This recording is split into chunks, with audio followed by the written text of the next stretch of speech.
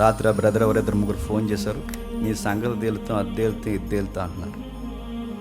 నేను ఒకటి చెప్పాను, ఆధార్ కార్డు పంపించముందే. అది తెలుసు, ఇది తెలుసు అన్నోన్ నెంబర్ నుంచి రకరకాలు మాట్లాడి అంటున్నాను. ఆ సంగతులు గట్ట అలాంటివి ఏమైనా చేసుకుందామంటే అది వేరే ఎపిసోడ్. అది వద్దు ఇందులోకి, అది వేరే సబ్జెక్ట్ వేరే. మనం ఇందులో సబ్జెక్ట్ మాట్లాడుతున్నాం రండి. ఒకవేళ మీకు అంతగా అప్పుడులో నన్ను ఒకటి అలాగే బెదిరించాడు, ఇది వద్దురండి, ఇది మనం కట్ చేయకుండా మనం ఒక వీడియోతో కట్ చేస్తాం. అప్పట్లో అలాగే నేను 1 టౌన్ సీసీఎస్లు చేస్తున్నప్పుడు నీ సంగతి తేలుతాం రా, సీసీఎస్ ముందున్నా అన్నా.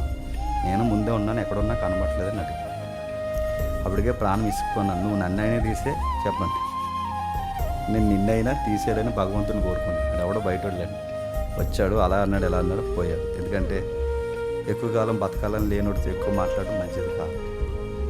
అంటే దేవుడు వాళ్ళని దీవించింది కాక.